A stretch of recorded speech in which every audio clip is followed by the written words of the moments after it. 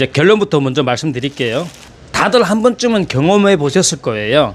단골집이라던가 그 집의 고기가 맛있었는데 어떤 날은 질기고 어떤 날은 냄새나고 어떤 날은 퍽퍽하고 이런 느낌, 그리고 또 맛이 다른 그런 거를 한 번쯤은 경험을 하셨을 거예요. 이제 그 단골분들하고 얘기를 나누다 보니까 단골분들이 생각하는 정육점에 대한 고질적인 문제가 있는 거예요. 그러니까 지금 현재를 얘기하는 게 아니라 그때 제가 기술을 배우면서 장사를 하면서 그때 느꼈던 걸 얘기를 하는 거예요. 그 단골분들이 하는 얘기가 왜 어떨 때는 질기고 야 어떨 때는 너무 퍽퍽해. 근데 어떨 때는 또 냄새 났어. 좋은 거 좀 줘봐. 야 근데 어떨 때는 왜 그 맛이 안 나? 왜 맛이 달라?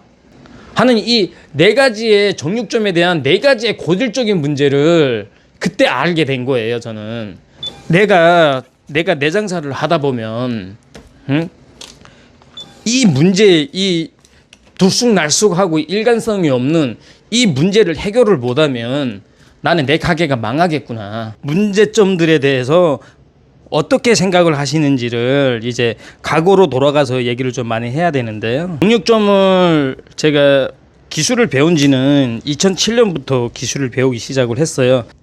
제가 북한 사람이다 보니까 조금 이제 북한 내용들은 이 방송 자체가 이제 저희 아들을 위한 방송이기도 하고 제 성장에 가는 방송이기도 하고 한데 저의 북한에서의 과거의 일들은 오늘은 잠깐 얘기는 안 하고 이제 나중에 콘텐츠로 이제 좀 풀어드릴 거고요. 오늘은 그 질기고 뻑뻑하고 냄새나고 맛이 다른 그 네 가지 악질순환에 대한 그 악순환에 대한 고질적인 문제를 제가 해결하는 과정이, 이 얘기를 하려면 잠깐 북한의 얘기를 해야 되는데 제가 왜 정육점에 대해서 그때 지금 20년 전의 일이지만은 그때 기억이 아직도 머리에 또렷이 남아있는 게 뭐냐면 북에 있을 때 저희 아버지가 고기를 엄청 좋아했어요. 당연히 저는 북에 있을 때는 소고기를 구경 한번 해본 적은 없고 돼지고기도 먹어본 적이 거의 기억이 없거든요. 중요한 건 아버지가 고기를 그렇게 좋아하시는 건 맞았어요. 그래서 아버지 생각이 잠깐 나면서 정육점 하면 그래 고기를 자르는 거구나. 그 아버지의 그게 되게 좋았던 것 같아요. 아버지가 좋아했던 거를 그럼 나도 그러면 정육점에 가서 정육 기술을 배우자. 이게 이제 생각이 연결이 된 것 같아. 그래서 성남에 있는 태평시장에 있는 이제 정육점 첫 이 정육일을 시작을 했어요. 진짜 뭣도 모르죠. 그냥 열심히 일하는 것 말고는 뭐 할 줄 아는 게 뭐가 있겠어요. 뭐 칼질하는 거, 고기 자르는 거 열심히 했죠. 열심히 했고 그때 제가 첫 월급이 2007년도에 제가 첫 월급이 70만 원이었어요. 그리고 그 다음에 기본급이 120만 원으로 오르는 거예요.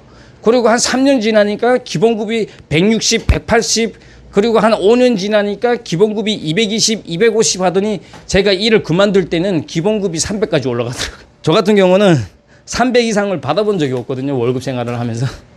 엄청 열심히 했어요. 열심히 뭐 갈아 넣었다 이거는 아닌 것 같고 갈아 넣지는 않았지만은 갈아 넣는 그 이상으로 열심히 했거든요. 그래서 기술을 한 4, 5년 정도 기술을 배우면서 제 기술도 이제 많이 늘어나게 됐고 이제 장사 기술도 늘어나고 정육에 대한 소골발, 돼지골발에 대한 기술도 다 이제 같이 이제 가기 시작을 한 거예요.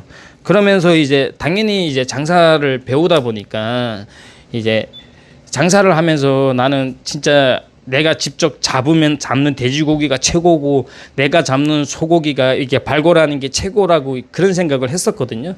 그런 생각을 하면서 이제 자부심을 굉장히 갖고 했는데 어느 순간인가 그 자부심이 한순간에 무너질 때가 있었어요. 그게 왜 무너졌냐면 우리 이제 그동안 뭐 5년을 일을 했으니까 단골분들이 많을 거 아니에요. 그래서 이제 그 단골분들하고 얘기를 나누다 보니까 단골분들이 생각하는 이 정육점에 대한 고질적인 문제가 있는 거예요. 그러니까 지금 현재를 얘기하는 게 아니라 그때 제가 기술을 배우면서 장사를 하면서 그때 느꼈던 걸 얘기를 하는 거예요.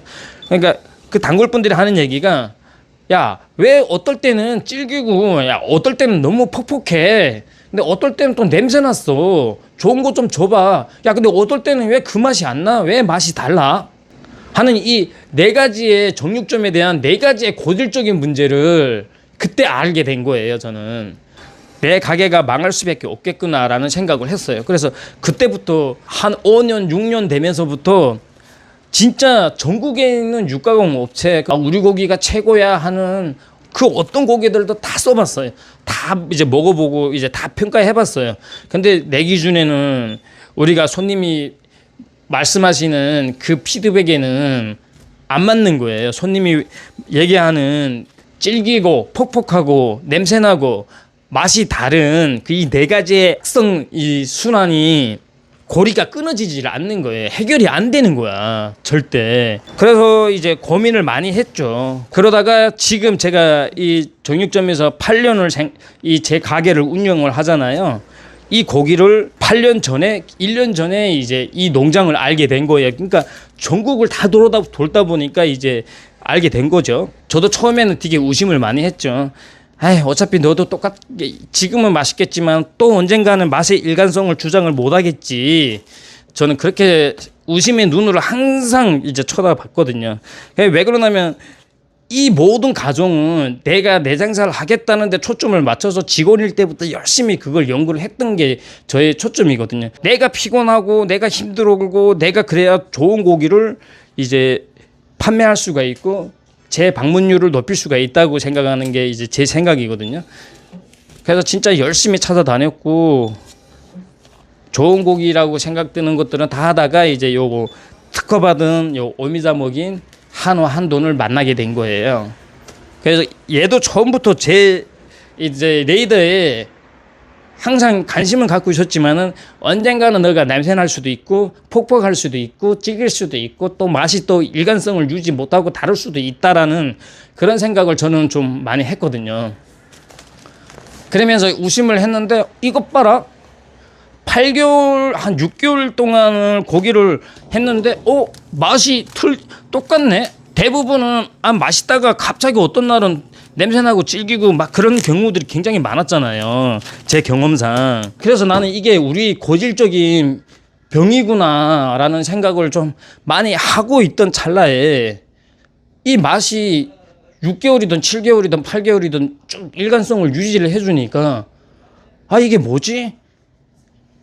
그래서 기분이 너무 좋았던 거예요. 그래서 이제 그 농장을 알게 되고 우리나라에 대한 고질적인 문제를 알게 된 거예요. 대한민국의 이제 유통 과정이 그거예요.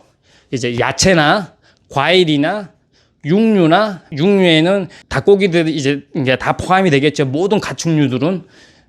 근데 가축류가 다 포함이 되는데 그게 우리나라의 이제 농협에서 운영하고 있는 방역 시스템이라는 곳에서 애들의 건강한지 안 건강한지 살아있을 때부터 테스트를 다 해서 안전 수칙 검사를 끝난 다음에 이제 우리 국민들이 안전한 밥상을 위해서 어쩔 수 없는 게 아니죠. 당연한 거죠.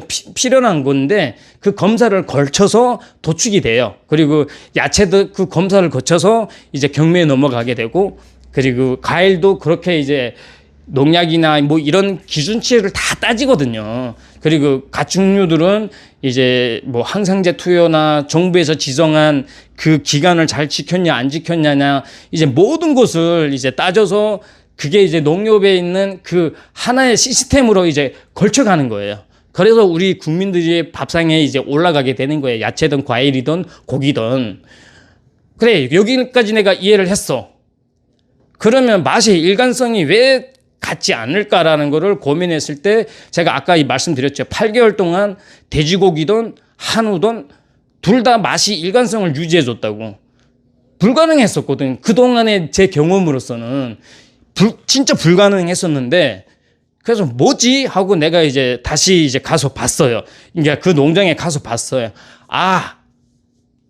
그래서 내가 경매 시스템을 이해하게 된 거예요. 그 농장을 가서 보니까 그 한우 키우는 농장이나 우리가 보통 대부분 지금 시청하시는 분들이나 대부분 분들이 이런 경험이 있을 거예요. 고속도로 달리다가 어느 시골이나 이런 데로 지나갈 때쯤이면 그 차 안에서 돼지 똥내 막 이런 가축들이 그 막 안 좋은 악취 같은 냄새들이 가끔씩 고속도로 지나가다 보면 날 때가 있잖아요. 근데 저는 여기 농장 돼지 농장 가고 한우 농장 이제 가봤어요. 가봤는데 한우 농장에 가잖아요. 가게 되면 보리빵 굽는 냄새가 나는 거예요. 전혀 악취가 없는 거예요. 와, 진짜 잘 키우는구나. 그리고 보통 애들이 먹는 물도 굉장히 이게 축사 안에다가 물구를 놓는 게 아니라 축사 밖에 이게 물을 놔갖고 산에서 내려오는 정수된 물만 마시게 하더라고요. 돼지농장도 가봤더니 굉장히 냄새가 없고 이제 굉장히 잘 키우는 거예요. 아, 이래서 애들이 스트레스가 없이 건강하게 커서 이제 그 맛을 일정하게 유지를 해주고 오미자라는 사료를 먹으면서 이제 그거를 이제 특허 받은 거는 2021년에 받았거든요. 그러니까 그 특허 받는 과정이 뭐 오늘 신청한다고 해서 뭐 바로 내일 되거나 1년 뒤에 되거나 이게 아니거든요. 이제 7년이라는 과정을 거치고 나서 특허를 받은 거거든요. 그 유사성, 그러니까 여하튼 엄청 복잡하잖아요. 특허 받는다는 것 자체가. 아, 이 농장은 이제 믿을 수 있겠다. 그리고 아까 말씀드렸던 경매 시스템에 대해서 이제 그때 이해하게 된 거예요. 아, 이런 농장에서 키운 소나 돼지가 농협으로 이제 안전수칙 검사를 거쳐서 나와서 도축이 되고, 그리고 또 다른 농장에 잘 키우지 못한 농장도 분명히 있을 거 아니에요. 그럼 그런 농장의 가축들도 이제 안전수칙 검사에는 다 통과가 되더라도 고기의 생 원육에 대한 맛은 직접 평가는 못 하잖아요. 그러다 보니까 그런 것들이 도축이 돼서 넘어와서 짬뽕이 돼서 같은 등급을 받더라도 어떤 날은 맛있고 어떤 날은 질기고 어떤 날은 냄새나고 어떤 날은 퍽퍽하고 어떤 날은 맛이 다른 시스템을 이해를 한 거예요. 등급은 같이 받아요. 돼지는 최고 높은 등급이 원뿔이 최고 높은 등급이거든요. 근데 그 원뿔 최고 높은 등급에 같은 등급을 받아도 지금 잘 키운 농장의 이제 돼지랑 그렇지 못한 농장의 돼지랑 같은 등급을 받아도 맛이 틀릴 수밖에 없는 거예요. 아, 이거구나. 이런 고기로 장사를 하게 되면 내가 손님들한테 맛의 일관성을 주장할 수 있고 그리고 그거를 인정할 수 있겠구나. 그래서 저는 우리나라 경매 시스템이 이렇다는 거를 이제 알게 된 거예요. 그러니까 도축이 돼서 이제 섞여버리고 같은 등급, 한우도 마찬가지로 같은 등급을 받았더라도 이제 그런 농장이랑 그렇지 않은 농장이랑 이제 같은 등급을 받았기 때문에 맛의 일관성이 맛있을 때가 있고 맛 없을 때가 있다라는 그거를 알게 됐어요. 네가 지금 쓰고 있는 농장들 그런 시스템에 같이 걸쳐가는 거 아니냐? 아니고 이 사장님은 자기가 키운 소를 농협으로 일단은 무조건 거기 도축 시스템에 이제 규칙을 준수를 해야 되기 때문에 거기를 걸쳐서 나와요. 나오고 나면 그러면 이제 그때 자신의 물량을 경매에 넘기지 않고 전부 한우든 이제 한돈이든 전부 다 회수를 해서 자신이 직접 유가공을 해서 그리고 나서 이제 고기를 판매를 해요. 근데 이 사장님이 또 다른 면을 알게 된 게 저처럼 사장님이 이렇게 정성들에 키우는 진가를 아시는 분들한테만 납품을 하시더라고요. 그리고 또 이렇게 저처럼 충성 고객인 사람들한테만 이제 자기 자신의 그 힘든 과정을 거쳐서 결국 맛있게 길러낸 그 고기들을 볼 줄 아는 사람만. 근데 우리 정육계통에도 두 가지 사람이 있거든요. 저처럼 그 고기의 일관성을 주장하고 싶어서 전국을 찾아 헤매는 이런 사람이 있는가 아니면 고기는 뭐 다 똑같은 거 아니야? 제일 좋은 등급 쓰면 뭐 다 거기서 거기 아니야? 이렇게 생각하시는 사람이랑 저 같은 사람이랑 이제 두 가지 분류가 있는데 저는 100번 단골 손님한테 잘하다가 한 번 실수함으로써 그 손님을 떠나보낼 수가 있다는 게 저는 피부로 온몸으로 느꼈던 사람이라 그 사람이 100번을 제가 잘해줬어. 근데 한 번은 실수 때문에 그 다음에 올 수 있어. 그 다음에 왔을 때 복불복이거든. 또 잘못 걸릴 수가 있으면 그때는 아예 저랑 빠이빠이 하고 떠날 수밖에 없거든요. 지금 저희 이제 유튜브 영상들 보면 이제 네이버에 저희 네이버 플레이스 링크를 걸어놓은 게 있는데 거기 타서 들어와서 보시면 제 장사 철학이 아실 건데 제 장사 철학은 지금 고기 사러 온 손님들한테 고기를 단골을 그 사람들을 잡지를 않고 제 기준에 단골을 잡는 기준은 제 방문율을 높이는 기준은 이제 그 고기 사러 오신 30대에서 60대 가정주부분들 뒤에 있는 가족분들, 그분들이 사랑하는 요리를 해서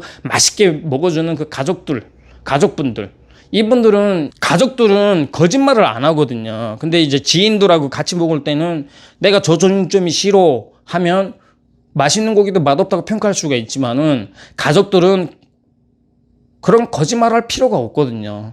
그래서 저는 특히 2세부터 그러니까 2세부터 10세라게 되면 좀 욕 같아 들리는데 그러니까 10살 그러니까 2살부터 10살 이제 그 어간에 있는 애들의 이제 타겟을 많이 잡아요. 그러니까 이 고기 사러 오신 그 단골분 뒤에 계시는 가족분들한테 타겟을 저는 잡았거든요. 그게 왜 그러냐면 아무리 내가 여기 현장에서 진짜 오슬로 서비스가 최고야 뭐 이게 최고야 해서 그분을 팔았다고 해도 한들 그 고기를 사간 다음에 요리를 했는데 자녀들이 안 먹거나 집에 가족들이 잘 맛없다고 안 먹어버리면 야 정육점 사장님이 맛있다고 했으니까 맛있어 먹어 그럴 수는 없잖아요. 가족들이 맛없게 먹어버리면 당연히 안 오겠죠. 왜 자기 사랑하는 가족들이 맛없는데 굳이 그 정육점을 이용할 이유가 없는 거죠. 그래서 저는 제 방문율을 높이는 거는 그 나중에 단골이 됐을 때는 일상생활 우리가 살아가는 이제 진짜 진지한 얘기들 그리고 이제 그런 얘기들을 나중에 단골되고 나면 허물 없이 얘기를 하지만은 처음에 왔을 때는 고기가 좋습니다 라까지만 얘기를 하고 그 뒤에 더 엄한 설명할 필요가 없어요. 나중에 사장님 고기는 언제 먹어도 맛있어. 근데 비결이 뭐야?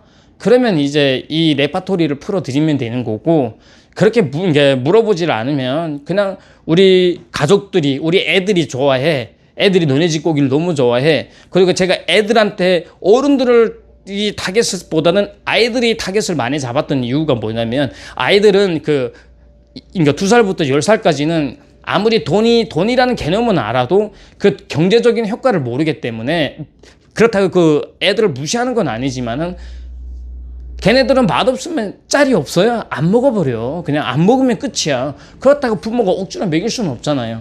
근데 어른들은 경제적 개념이 있기 때문에 맛없어도 오늘은 이거 해놓은 거는 어찌됐든 먹어야 되기 때문에 먹을 수밖에 없거든요. 근데 아이들은 그게 아니거든요. 맛없으면 안 먹어 하면 이제 부모님들은 속상하죠. 근데 아이들이 맛있게 잘 먹으면 그 정육점에 가서 우리 애가 좋아하는 고기 또 사다가 해줘야지. 제 장사의 철학은 그거예요. 제 정육의 철학은 또 하나는 이제 나이 드신 분 이제 70세에서 이제 70세 이후에 되시는 분들을 타겟을 또 잡은 게 뭐냐면 그분들은 웬만하면 산전수전 다 겪었고 이 고기 저 고기 다 드셔보신 분들이에요. 그분들의 입맛이 굉장히 까다로워요. 근데 그분들의 마음에 들었다? 그러면 저는 그분들이 뒤에 있는 자녀분들 야 나는 저 집에 고기만 먹을래 하게 되면 그 자녀분들은 나이 30에서 50 정도 다 될 거 아니에요. 그럼 우리 부모님이 인정해 준 고기? 그러면 우리 가족도 맛있게 먹겠네? 이렇게 생각해서 저는 항상 그 뒤에 있는 뒤에 배경을 많이 생각을 했거든요.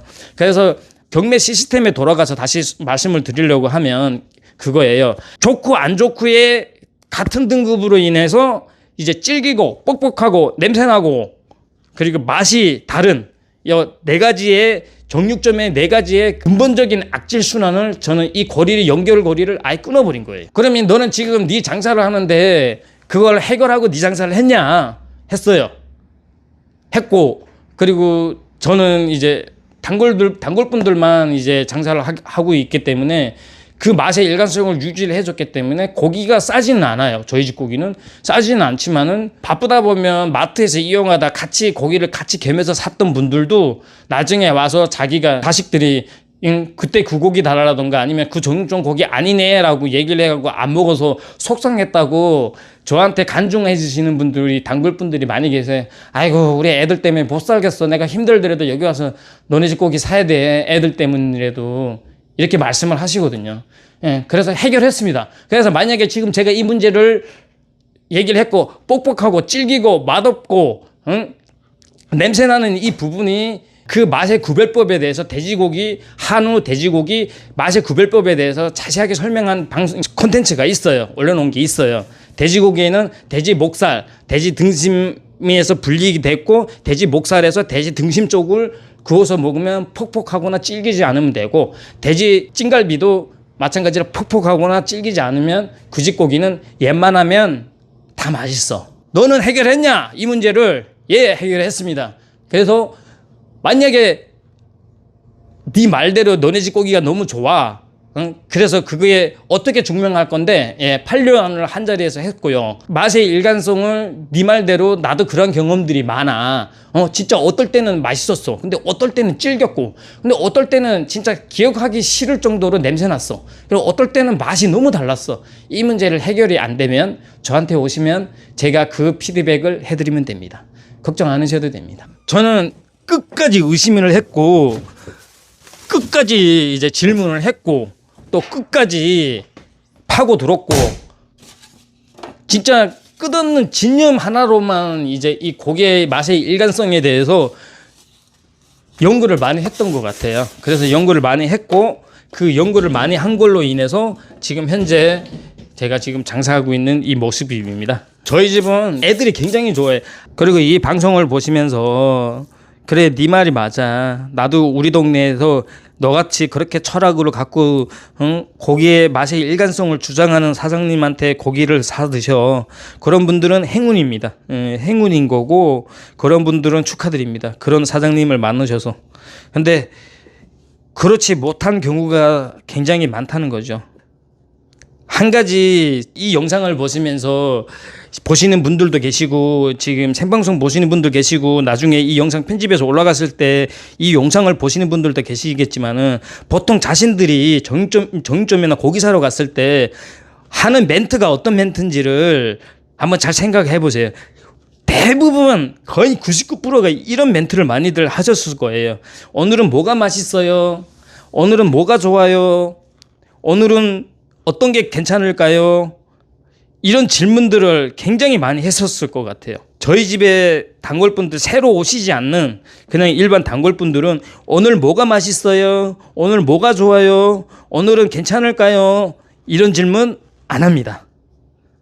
내가 뭐 필요한 부위, 그거 있으면 줘, 이거 있으면 줘, 이거 있으면 줘. 뭐가 맛있냐? 이게 맛있었어, 저게 맛있었어, 이런 거 없어요. 그러니까 굉장히 제 스스로도 장사하기가 굉장히 편하게 이제 하는 거죠. 저희 손님들은 뭐 맛있는 거 줘, 이런 분들이 없어요. 왜? 뭘 먹어도 자신의 기준에 부합하게 맛이 있으니까. 당연히 장사를 하게 되면 있죠. 손님들이 성향을 먼저 파악을 하는 게 제일 중요하죠. 유튜브 방송에서 보게 되면 막 그런 말들 하는 사람들을 많이 봤어요. 제가 뭐 기술보다 서비스가 최고입니다. 서비스가 최고여야 됩니다. 저는 제 생각은 조금 달라요. 조금 다른 게 아니라 많이 달라요. 그 서비스라는, 어떤 얘기를 하던 그 서비스라는 거는 손님이 판단해 주는 거고, 사장이 서비스 좋다고 입으로 얘기하는 거는 절대, 그거는 바보 같은 짓이라고 저는 생각을 하거든요. 그래서 손님이 이 집에 서비스 좋고 고기 좋아라고 얘기를 하는 거고, 그리고 그 서비스를 자기 본인은 되게 이제 장착을 했다고 얘기를 하잖아요.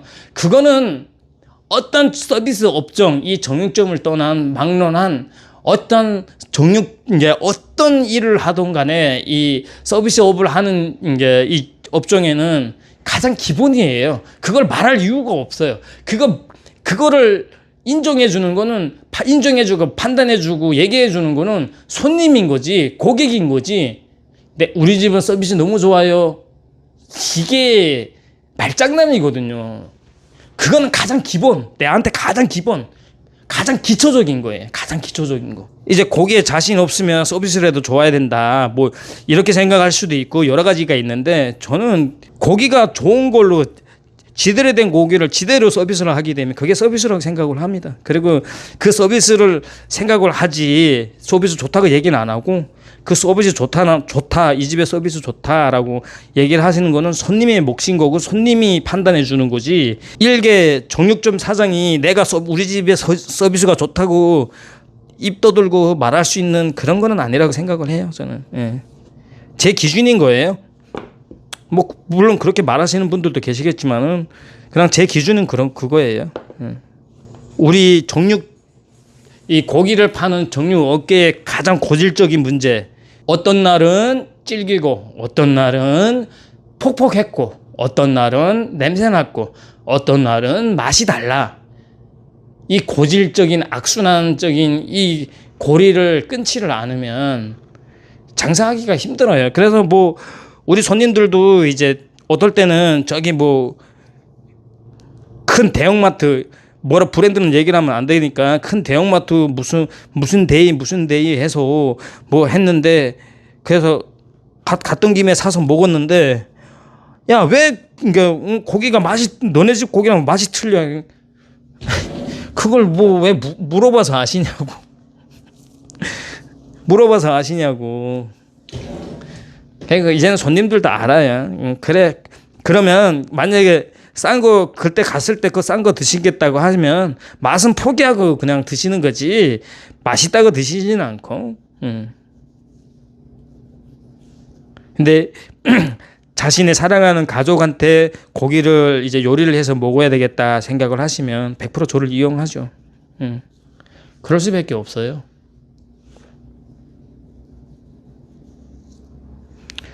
제가 또 그렇게 만들어 놨고.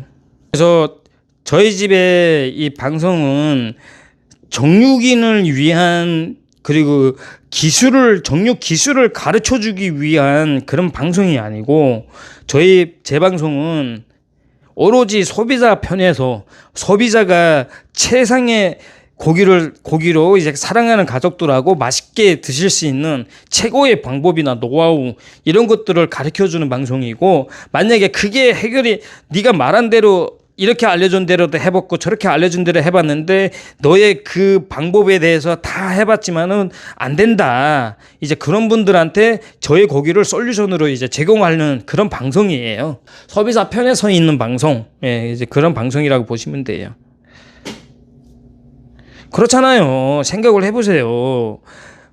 시간 내서 내 돈 들여서 고기를 사왔는데 온 가족이 같이 맛있게 먹어줘야 되는 고기가 맛없고 뻑뻑하고 냄새 났다면, 아우, 저는 상상하기도 싫네요 이제는.